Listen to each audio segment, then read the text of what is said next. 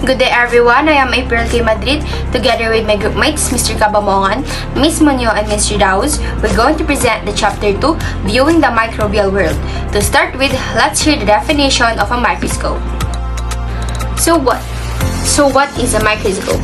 It is an optical instrument that uses a lens or a combination of lenses to magnify and resolve the fine details of an object. The magnified image seen by looking through a lens is known as the visual image, whereas an image viewed directly is known as a real image. The object to be magnified is placed under the lower lens called the objective and viewed through the upper lens called the eyepiece. The term compound refers to the microscope having more than one lens. The term light refers to the method by which light transmits the image to your eye. Microscope is a combination of two words, micro meaning small and scope meaning view. Parts and functions of compound microscope. Number 1 is eyepiece and body tube.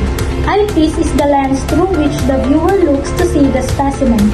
It is usually contains a 10x or 15x power lens. The body tube connects the eyepiece to the objective lenses. Objectives and stage clips. Objective lenses are one of the most important parts of a compound microscope. They are the closest to the specimen. A standard microscope has 3 to 4 objective lenses which range from 4x to 100x.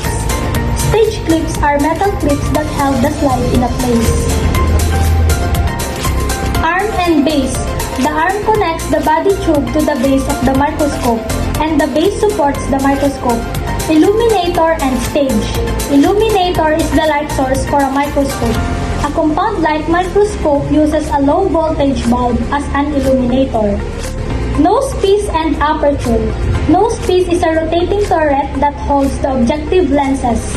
The viewer needs to spin or rotate the nosepiece to select different objective lenses, and the aperture is the middle of the stage that allows light from the illuminator to reach the specimen. Condenser and diaphragm. A condenser gathers and focuses light from the illuminator onto the specimen being viewed. Diaphragm is a 5-hole disc placed under the stage. Each hole is of a different diameter. By turning it, you can vary the amount of light passing through the stage opening. Compound microscope. A compound microscope contains more than one magnifying lens, because visible light is the source of illumination. A compound microscope is also referred to as compound light microscope. Compound light microscope usually magnify objects about 1,000 times. Total magnification is calculated by multiplying the magnifying power of the ocular lens by the magnifying power of the objective lens being used. Photographs taken through the lens system of the compound light microscope are called photomicrographs. Because objects are observed against a bright background or bright field, the compound light microscope is sometimes referred to as a bright field microscope. If the condenser is replaced with what is known as a dark field condenser, illuminated objects are seen against a dark background or dark field. The microscope is then called a dark field microscope. The first step of a microscope is the dark field microscope. A dark field microscope blocks off the light source, causing light scattering when it hits the specimen. This makes objects with similar refractive values appear bright against a dark background. The design removes dispersed light, allowing only scattered beams to hit the sample. The second one is the phase contrast microscope. Unstained microorganisms are observed using the phase contrast microscopes. Organisms are more visible because the light refracted by living cells differs from that refracted by the surrounding medium. The next one is the electron microscopes. Electron microscopes enable the observation of extremely small microbes like rabies and smallpox viruses. Living organisms can be observed due to processing procedures that kills them. These microscopes operate in a vacuum, using an electron beam for illumination and magnets for focusing. They offer much higher resolving power compared to compound light microscopes, with a beam wavelength 100,000 times shorter than visible light. There are 2 types of electron microscopes, transmission and scanning. Let us now proceed to the transmission electron microscope. The electron beam originates from the upper part of a tall column in this microscope. It employs an electron gun to project a beam through an extremely thin specimen. As some electrons pass through the specimen and the others are blocked, an image is formed. This image appears on a phosphor-coated screen, providing a magnification around 1,000 times greater than that of a compound light microscope. The resolving power is approximately 0.2 nanometer, allowing for the visualization of internal cell structures. Number 2, we have the scanning electron microscope. This microscope consists of shorter column and operates by bouncing electrons off the specimen's surface, capturing them with detectors to generate an image displayed on a monitor.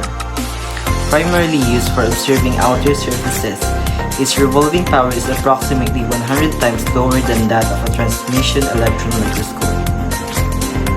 Atomic force microscope. It produces a three-dimensional image by utilizing a silicon or silicon nitride cantilever with a sharp tip to scan the specimen's surface.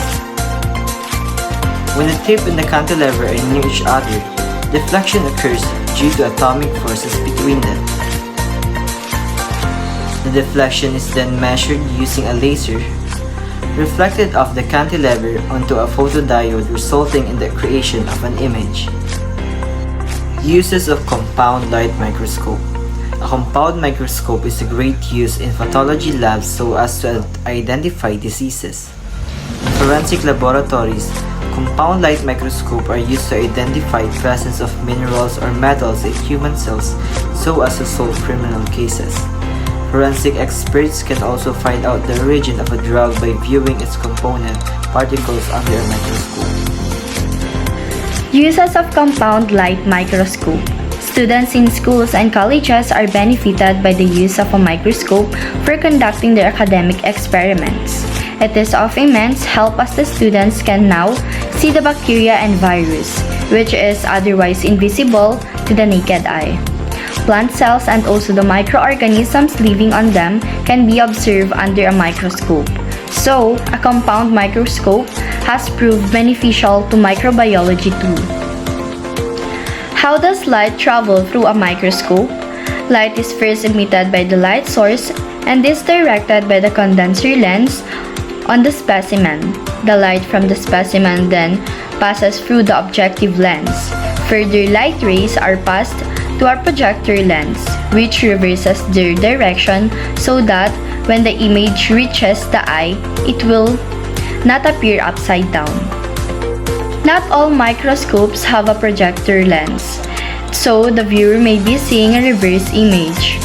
In these cases, when the slide is moved, it will appear to be moving in the opposite direction to the viewer. The light rays then travel to the auricular lens or eyepiece. This is often a 10 times magnification lens, meaning it magnifies the magnified image an additional 10 times and the image is then projected into the eye. Rules, cautions, and maintenance.